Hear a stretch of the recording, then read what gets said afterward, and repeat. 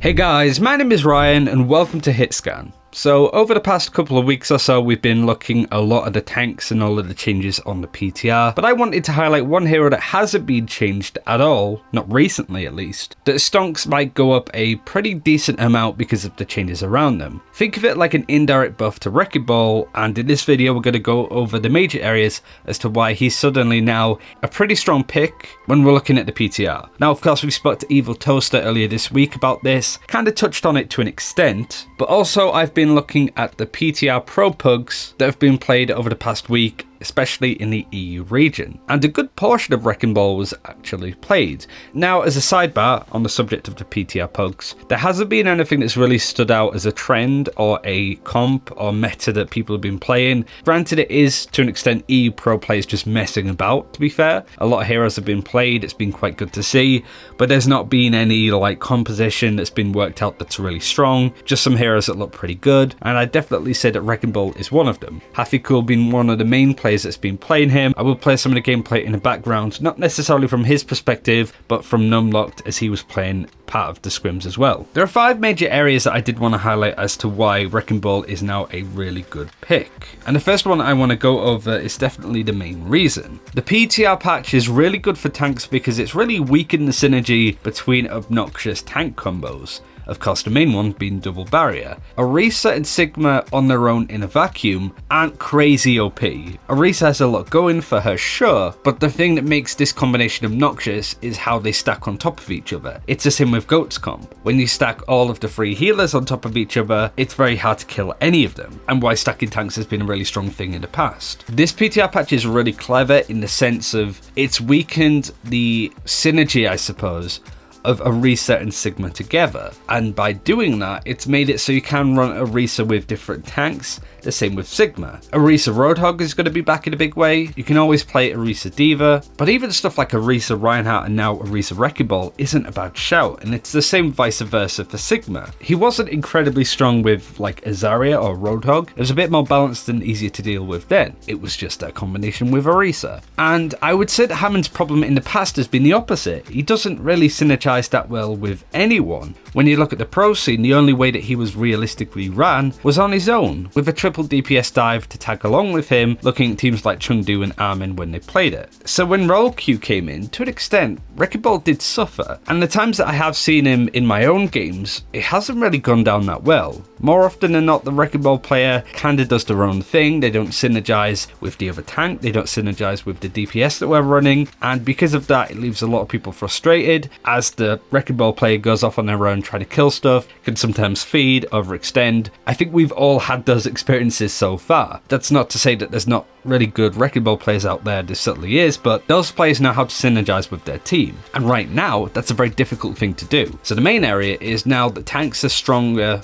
individually and less as combos, that you can now run Orisa with a Wrecking Ball and still have a decent amount of synergy that you can run together, with less of the game being based around barriers. So in some of the Pro Pugs, as an example, Hafikul has ran Wrecking Ball with an Orisa on their team. There's a lot of examples of that happening, and I can definitely see a future meta where that's a bit more open. Like realistically, you can run any support duo that you want within reason, and you could definitely run any form of DPS lineup as you want. The tanks are the ones that kind of get shafted by this because you have to play tank A and tank B, always, all of the time. Tank A and Tank C doesn't work as well, Tank B and D, don't even try it. However, you can run the C and D together if you wanted. That's the thing that's really shafting tank players at the moment. Wrecking Ball seems to be pretty hit hard by this, but with the PTR patch being a bit more liberating for tank players, Wrecking Ball is unchained. Not to mention the PTR patch has really added a form of turbo onto the game. The meta is sped up. Maybe we're going to see the same heroes overall, but the game and the speed of the game has been changed dramatically because of the reduced health of barriers. Because of that, the speed of the game is going to go up. Heroes like Lucio are going to do really well. Dive might come back because the tempo of the game is starting to pick up a little bit. And of course, Wrecking Ball is one of the fastest heroes, if not the fastest, in the game to make stuff happen with. Because of that, you might start to see dive come back a little bit, because the speed of the game has been increased with the changes on the PTR. The third reason, seeing as we mentioned dive, is that Diva right now isn't as strong as she once was.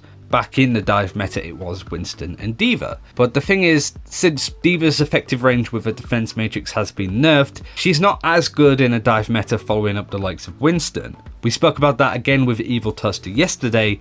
Whilst D.Va is still a solid pick, her not being as meta as she once was does open up an opportunity for teams to be running Winston and Wrecking Ball. Again, a composition that was used in the Pro Pugs that seemed to do really well. You could even run Wrecking Ball and D.Va. My point is that if dive came back, because I just mentioned the synergies between tanks are weaker, Winston D.Va is not likely to be true meta if dive came back. That would give you a little bit of an open window to slip in Wrecking Ball however you see fit. The penultimate reason that I wanted to mention is one of the reasons why dive might not come back in any meaningful way at the moment is whilst the speed of the game has been increased, anti-tank heroes are still very strong and the better DPS options that you could be running at the moment. D.Va, Reaper, Mei, Doomfist all really make dive heroes' life living hell, especially somebody like Winston, who is really struggling right now. Out of the dive heroes at least, and a good portion of the normal tanks out there such as Reinhardt and Zarya, Wrecking Ball is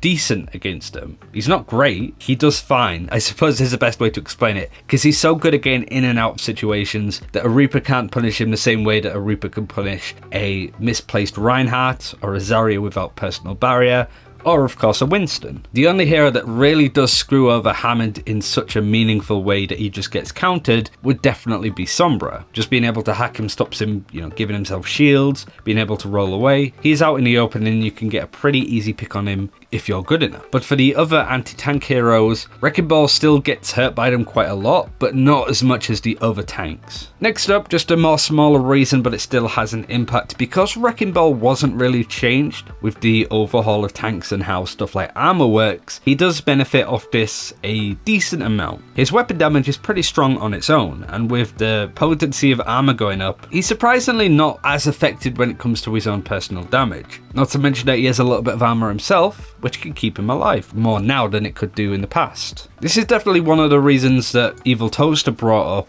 and I think it's less specifically around the armor, but more all of the other tanks in the game were changed and balanced around the focus of armor being changed and barriers being nerfed. Because this doesn't really impact Wrecking Ball too much either way, and still has his own personal barriers and shields, a lot of other tanks have sort of dropped down in how impactful they are, and Wrecking Ball stayed in the same spot, just sort of climbing the ranks. It's not a major reason, but it's certainly something that I did want to pick up on and just talk about. But I do think the PTR changes have done a lot for tanks and how less dependent on tank synergies, and specifically playing main tanks and off tanks is going to be a big deal for Wrecking Ball players as a whole. When you play Wrecking Ball, at least in competitive, you don't really play him in a main tank or off tank fashion, you just play him as Wrecking Ball. You do your own thing. But now because the game is going to be less based around who's playing off tank, who's playing main tank, you have a bit more liberty and freedom to be able to run around and have a bit more individual impact instead of how you synergize with your fellow tank player. And they could do similar things and hopefully back you up in a better way than they used to before. Now with all of the heroes being a little bit faster, heroes like a Reese and Reinhardt can keep up with you a little bit more, and you're not just leaving them in the dust